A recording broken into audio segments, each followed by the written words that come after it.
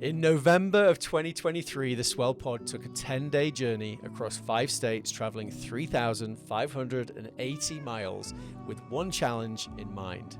And that challenge was to interview 100 pleasantly rebellious humans to uncover deep truths about what it takes to create something that has never existed before, challenge the status quo, maybe even change the world.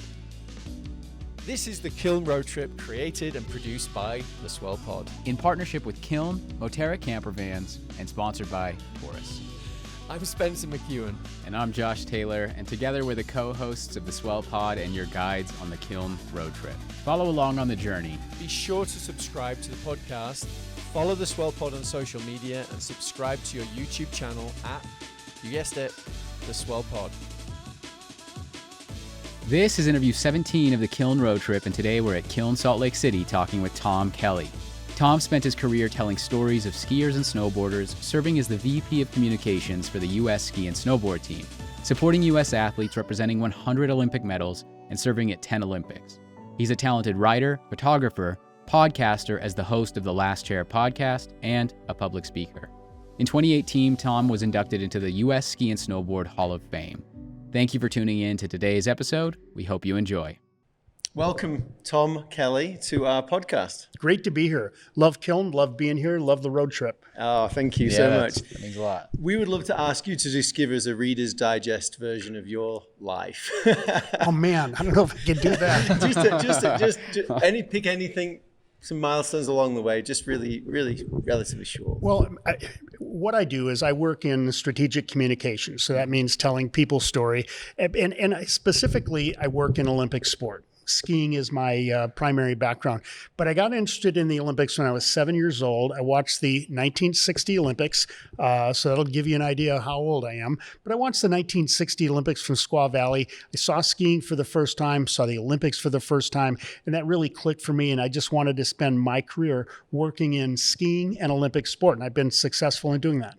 How did you find your way into a career in skiing? Well, here's a point I want to make right up front that I think people can benefit from is you can do anything you want in your life. You just have to kind of set your goals and just follow those goals. And that's really what I did. You know, as a 7-year-old, I saw skiing and I saw the Olympics and I liked it. I didn't know how to pursue that pathway, but I found things when I was young, like how do I get myself connected? I was into photography as a teen and I thought, okay, there's a ski jump in town. Let me go out there and photograph ski jumpers. And that connected me with the U.S. ski team.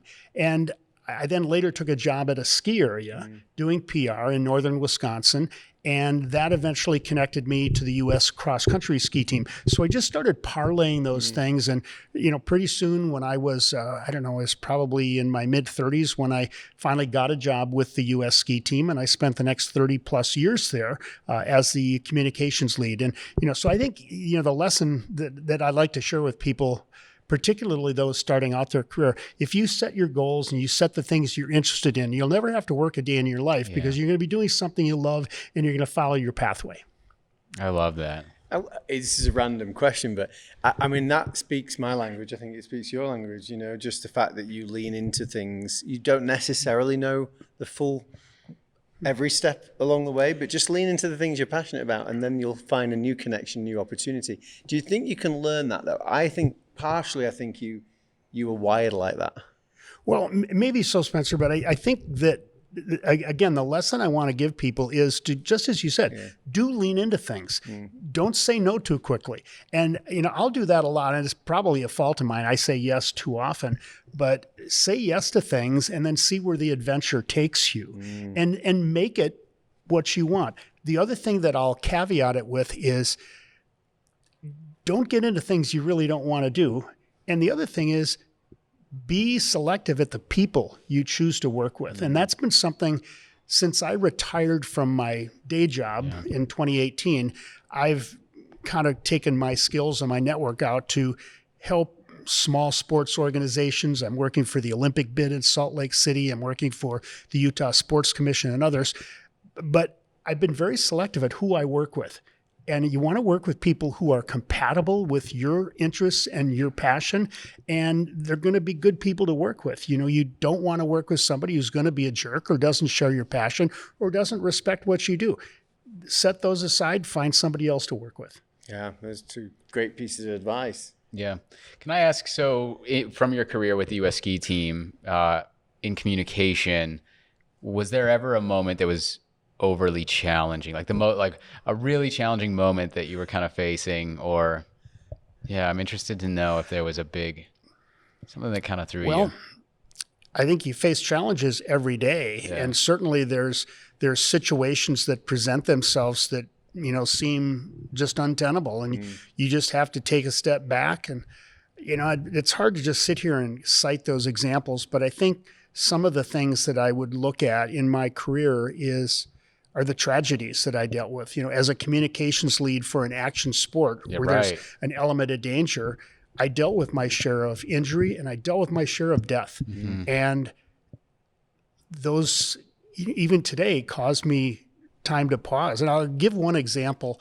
In January 5th, 2015, we lost 2 young skiers to an avalanche. Mm-hmm. And I can remember every minute, every second of that morning at my home in Park City when I got the call that we think we've lost 2 skiers. I didn't know them at the time. I had to bring myself up to speed on it. I knew that I had probably an hour or 90 minutes before it was going to become a public story, and I had to be ready to tell the story of those 2 young men that morning. And subsequently, I'd become very close to the families. I worked together with them on an avalanche safety foundation that was formed, the Brass Avalanche Safety Foundation.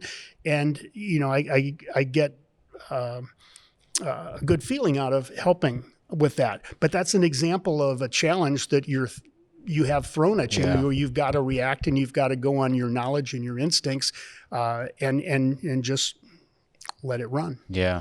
From your experience and what you've seen in terms of even just the evolution of the professional skiing, the ski industry, I'm interested to know kind of your thoughts about kind of even where it's at now. I worked in a very structured environment at U.S. Ski and Snowboard. And we were the rules maker for the sport, the rules enforcer, the calendar keeper. We needed to come up with selection criteria to qualify athletes. So it was a very regimented structure. It had to be. In order for sport to be fair, you really have to have that structure. But we ended up in a collision course in the early days of snowboarding. So if you go back to the 90s, that structure being overlaid on this freeform sport, that was a really difficult period. And we were criticized a lot during that period. But Josh, you're right. I mean, it has changed now. And I think, though, that no matter what you do, if you aren't training and practicing and don't have a regimen around you, it's going to be hard to really plot a professional course. I think the days in skiing and snowboarding have just, growing up riding or skiing and just launching into something, that's not going to work anymore. Yeah. And what I do really like about Woodward is provided an opportunity for young kids to really learn that and plot their own course. You can have your 5, 6, 7-year-old kid go up to Woodward for a session on Saturday morning. They're going to have coaches around them kind of say, hey, would you like to learn a backflip? And it's just a great environment for kids to do that. But you're right, there is more structure and there's pros and cons to that. It's interesting. Moving away from the U.S. ski team and what you're into now regarding communication, I'm wondering if you can tell us us and the audience a little bit about kind of what you're up to right now in terms of communication. Yeah, so that's a really good question. So I'd been at U.S. Ski and Snowboard for I think 33 years, a long time. And I did a transition out over a 4-year period that said, hey, I'm going to leave after the Olympics in 2018. So they had a lot of time to do the transition, and I did as well. And I wanted to still continue to work, but I made a commitment to myself that what I wanted to do was to take the knowledge that I had built, the network that I had accumulated, and use that to help athletes. And I wanted to do this towards organizations that maybe didn't have that kind of resource. So for me, it was working with smaller organizations like U.S. Speed Skating, U.S. Biathlon, USA Climbing, and others like that didn't have the resources maybe that we did at U.S. Ski and Snowboard. So my work kind of became consulting them on strategic communications. One that I've really enjoyed is I've done a lot of recruiting now to help recruit talented young communications professionals to go into these sports. That's probably the thing that I enjoy the most. And then along the way, I do work for the Utah Sports Commission, which is an amazing entity that's brought over 1,000 major sporting events to Utah in the last 20 years. I'm on the management team of the Salt Lake City, Utah Committee for the Games, trying to bring the Games back here in 2030 or 34. That's just an exhilarating gig, because we've got about maybe 8 or 10 of us who work really closely together, and everybody has this incredible experience level. So we're able to really work at kind of the absolute top international level, which is really hard for cities who are just getting into this. So that's kind of what I'm doing now, and I love it, and I'm doing exactly what I wanted to do, use my knowledge to help others. That's incredible. That's great. So it's funny, my son just came back from a thrift shopping road trip, actually, and he picked up an Olympic 2002. Oh my goodness. But just, it's been a while, hasn't it? And so it's time to bring it back. It's 22 years. But it was such a good, that was such a good experience for Utah and everyone that were involved. But I was going to ask you your experience from trying to help change the performance of, we were talking about this before the podcast, like tell us what was achieved and how you went about achieving it with, of course, other people, the performance increase over those, was it 10, 15 year period? Tell me. So the story here relates not so much directly to the 2002 games, but so in the 90s, I'd been working at the U.S. Ski Association for a number of years, and we had a couple of CEO changes. We ended up getting a new CEO. Isn't that new to the sport? He'd been the Alpine director previously, Bill Marolt. And Bill had been the athletic director at the University of Colorado, won a national football title there. It was a really great sport leader. Well, he came back into the U.S. Ski Association environment, and he brought all of us together, and this was probably in around 96 or so. And we all gathered in a room, and we spent 2 or 3 days mapping out our vision for the organization. None of us had ever really done this. And I really advocate this now, that if you sit down and you establish a vision, a lofty vision, and then create a plan and stick with it. And we had posters up in each of our offices that talked about our vision. And our vision was to become the best in the world in Olympic skiing and snowboarding. We were far from it at the time. And people thought initially we were being boastful, but we were just laying the vision out there. And we all worked in that. We worked on that for almost 14 years. And we got there. And when we went to the Olympics in 2010 up in Vancouver, we came away with 21 medals, which was more than any other ski and snowboard team. So we achieved our vision, and we did it just through perseverance, planning, but most of all, having that vision up on the wall. If you don't put it up on the wall and show people this is what we want to do, there's no motivation really that's going to get you there. Yeah, isn't that pretty impressive? A long period as well. We sometimes feel like giving up after a short period of time. What else did you look? Well, first of all, how did you keep that vision so current? Obviously on a wall, fine, but obviously that's not, you did much more than that to keep it alive and keep it motivational. Yeah, this is just basic planning. Yeah. We did annual planning, we did long-term planning. We had annual goals and we had long-term goals. We went into each Olympics with goals. I can think back in 2002, we achieved, actually, I wish I could. I can't remember now how many we got. I think we had 10 medals then. And then we had 10 medals again in 2006 and then up to 21 in 2010. But it's just keeping track of the metrics and it's holding yourself accountable. That's really what it comes down to. It's simply holding yourself accountable. And I do remember back during that whole period that a lot of it just kind of seemed very administrative to us. We kind of did these plans and made these goals and life went on. But when we walked into that Olympics, we won some big medals on the very first day.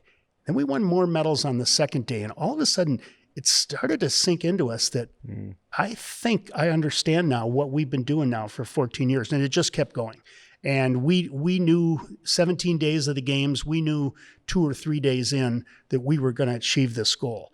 And it was like your whole life comes together and you've been working with these people, and the athletes have, some we'd worked with for a lot of years, but a lot of the athletes had kind of come and gone over time.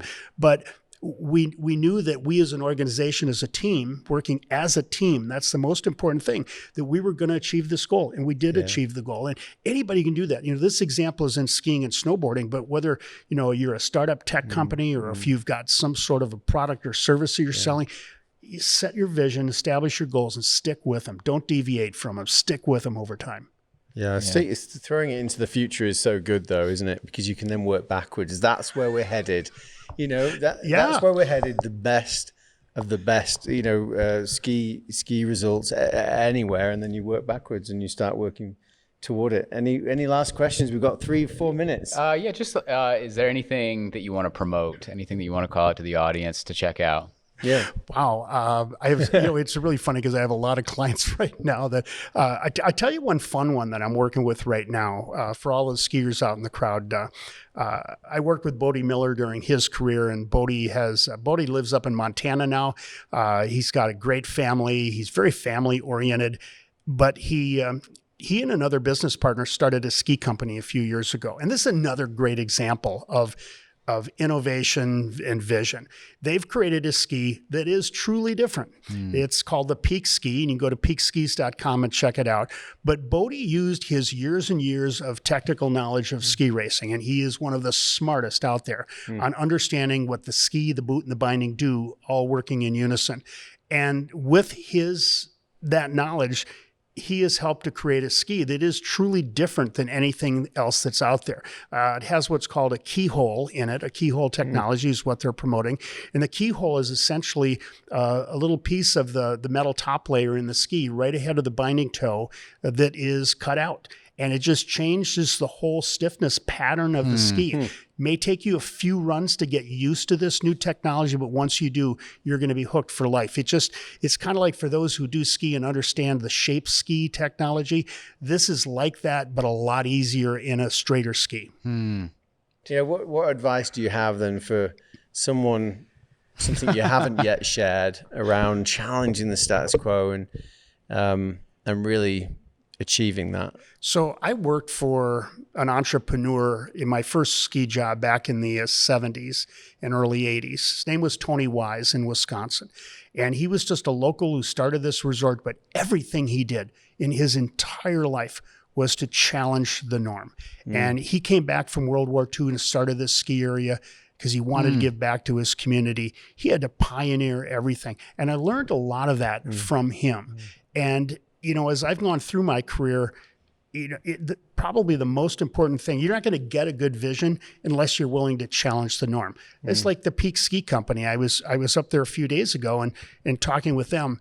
They are not building a ski to just build another ski. They're building a ski to change the world of skiing. And if you really want to be successful in any endeavor, you have to go in with the initiative that I want to change the marketplace. I don't want to just make another one. I want to challenge and change the marketplace. That's where you're going to find success. And I've been fortunate enough in my career to touch on that with a lot of the jobs I've had and the clients that I've worked with.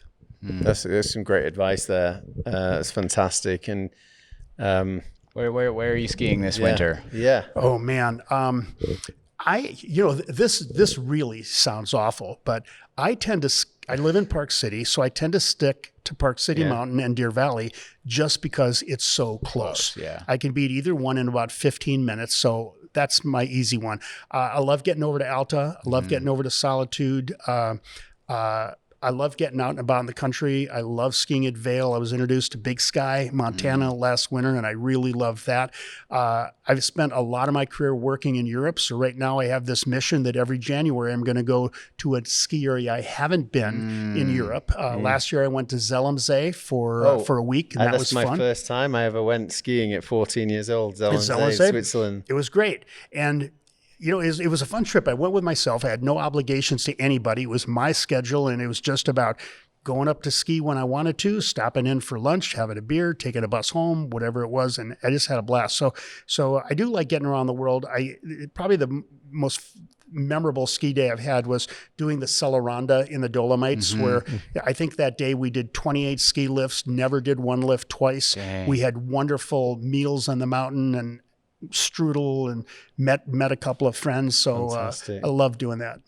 That's great. Before we get into the rest of the episode, we want to thank the partners and sponsors who made the Kiln Road Trip possible. The Kiln Road Trip is brought to you by Kiln.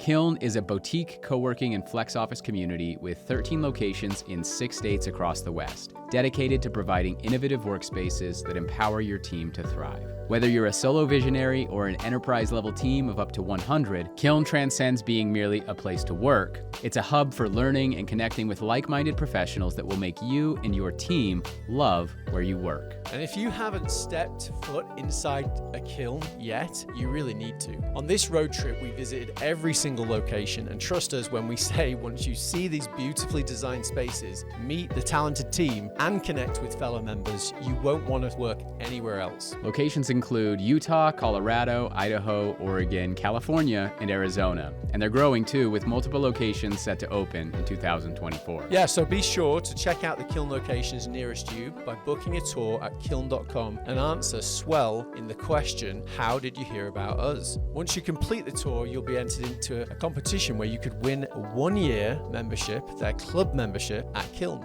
Yep, you heard that. That's Kiln.com. Book a tour and be sure to mention Swell in the question, how did you hear about us?